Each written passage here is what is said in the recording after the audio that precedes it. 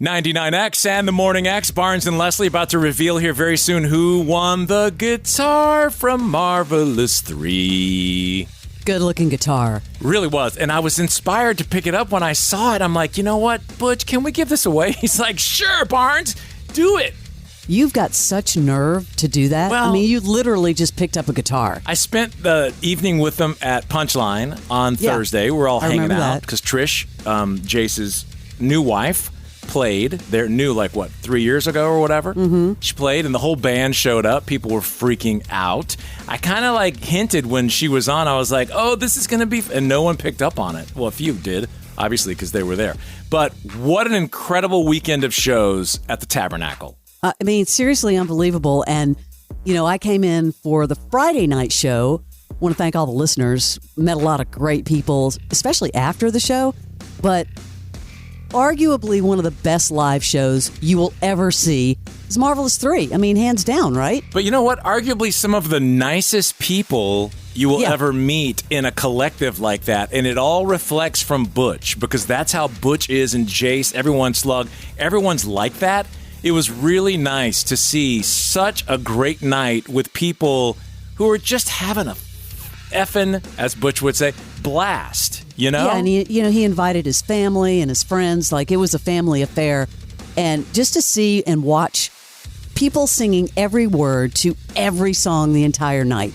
I loved it. I mean, you kind of got to see a different side of me. Oh, totally. I hope this, by the way, sparks something and that they keep it going, because this album, the new Marvelous 3 album is amazing.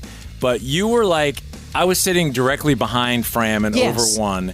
Fram is going nuts with her phone like she's 12. I was like a 13-year-old girl, 12, with my friend Lisa Ray that came in with me. We're both big, big Marvelous 3 fans. And, it all started with that Hey album. And literally, I was up the whole night. I was standing up the whole night. True fan, Barnes, true fan. You were a true fan, going hardcore crazy. And it was really cool, family-wise, to see Jace's son, Holden.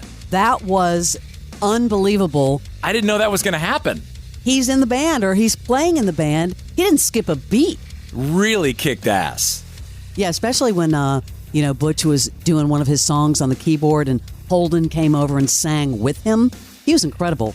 Yeah, there were some great moments. Just seeing that, and from our point of view, we were over on that side balcony and looking out at the faces.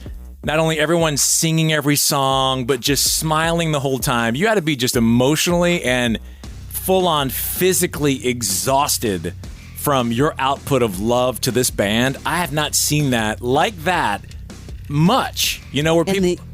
and the merch was downstairs, and the merch line was insane, because I was going to buy some merch, but I knew the line was going to take me an hour. But the new album, 4... I played a few songs from that. Of course, everyone knew every lyric of every song. It was insane. And thank you for everyone who called in and did your homework and left reviews of the show. Obviously, we can't get to all of them. I do want to run one here. And I thought this was a good summary of just the vibe altogether. Hey, guys. My name is Joel Walker, and grew up in the Atlanta area back when I was a teenager and into my 20s.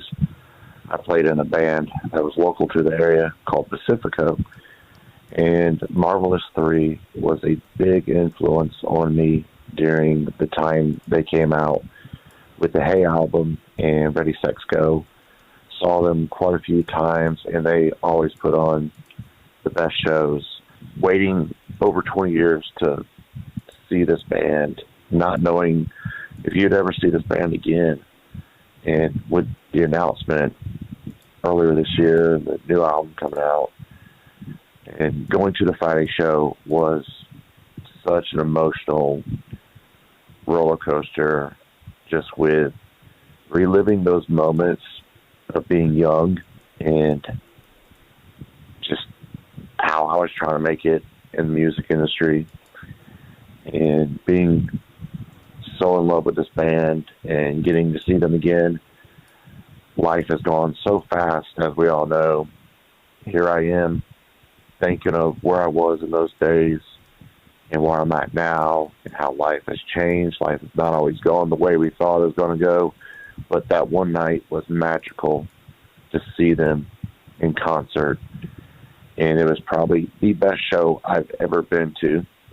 Thank you guys for being part of my youth also with 99X. And 43 now.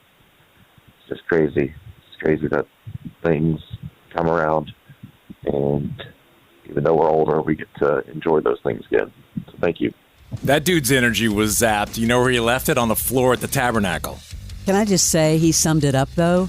He really summed it up. That was incredible. Thank you for that call. Yeah, and I want to do something that I know you and Steve are going to get mad at me for. But what do you mean? There was a moment that... Now, again, we were in that balcony on the side, so we were behind the speakers that were hanging. Mm-hmm. So the audio is a little bassy and hard to understand. I tried to EQ some of that bass out so you could think you can make most of it out. But Butch started telling a story about the origins of the band and how he made the first record in his bedroom. And he took this song over to Jace working at a guitar store. And that's where the story picks up. I'm assuming he's talking about Freak of the Week. He didn't. Yeah. I couldn't tell. I didn't think he said the name, but it's obvious that that's what he's talking about.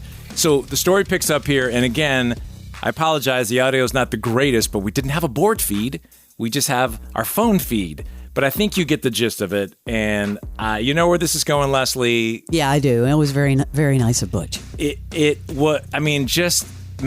me just feel warm all over. It was crazy and just so. I mean, that was such an emotional night overall with the nostalgia, but here was Butch picking up with that story. And I said, can you listen to this? And I played it for him, and there was a song, and I played it, and he was like, dude, that sounds like a hit song. And I was like, no.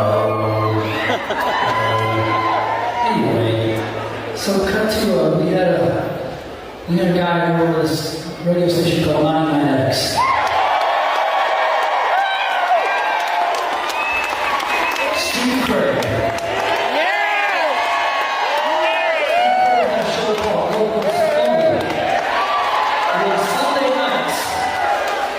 Every band in Atlanta that was a local band was tuned in, hoping they would hear their song played on their radio.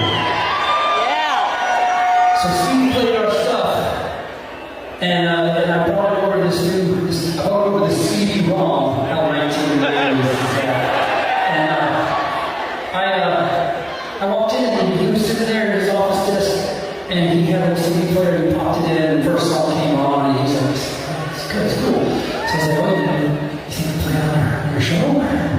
And he said, maybe. So he fast forward to the second song, and he listened to about 30 seconds of it, and he got to the chorus. And he took it out of the player, and he said, follow me.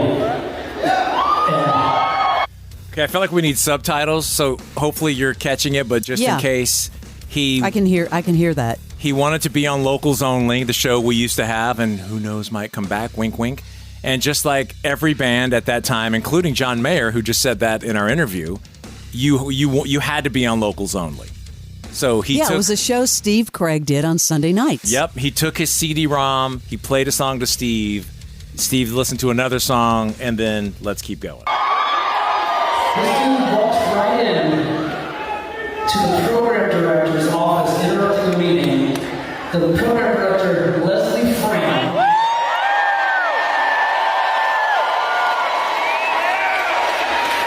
she sat there and said, she's like, hey, I've heard about your band, and heard good things about you guys.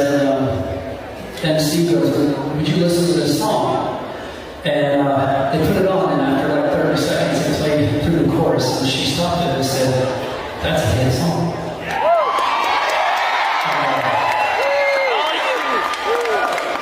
And I was like, what does that mean? Because whatever, this was a little bit of an emotional time, because we had been like living hand to mouth and working day jobs and going out and playing 250 shows a year in a van, just so everyone could get paid $50 to play, and that's what we did. And so she said, have you tried to, shop this to record labels? And I was like, yeah, well, everybody's passed on us. They said that they didn't sign bands with Islander and Skinny Jeans on. Okay, you'll have to fill in some blanks there. What was it you said? I couldn't understand what he was saying. I said, have you taken this to any record labels? And he's like, yeah, everybody passed. They didn't want a band with like skinny jeans on. And eyeliner. Because they were ahead of their time, if you remember. Right. So it happened exactly that way. Steve walked down to your office and said, we interrupted a meeting? Yes. And he came in. I heard the song, and like halfway through, I was like, holy crap, this is a freaking smash. And we immediately put it on the air, and it changed everything. He started getting calls from labels and... Wow. All right, less than a minute left. Here we go. Yeah. And so I said, well, they've all passed now. So she said, not for long. Was that not for long?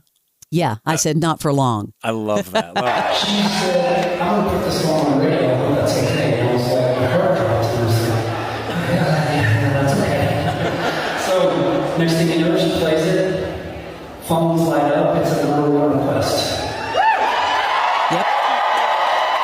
Anyway, it's a longer story, but the rest is history. And all I can say is we would not be here tonight doing this again if it wasn't for the good people that I'm next for taking a chance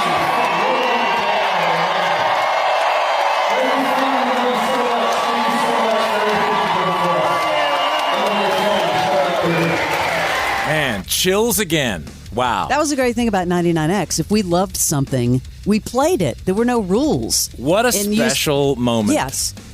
And, the rest is history. And what a great career. And the fact that they're back selling out 3 nights at the Tabernacle, selling out shows at the House of Blues in Chicago. They need to keep going.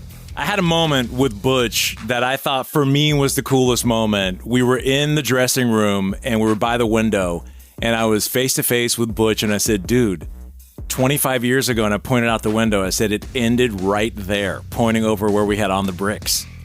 And, that's right. And he just looked at me, and he had this look in his face, and he's like, can you believe we're standing here? And you could hear the crowd rumbling outside, and this is happening. And I was like, I just got chills with you saying that. I was like, wow. The Morning X with Barnes and Leslie. 99X.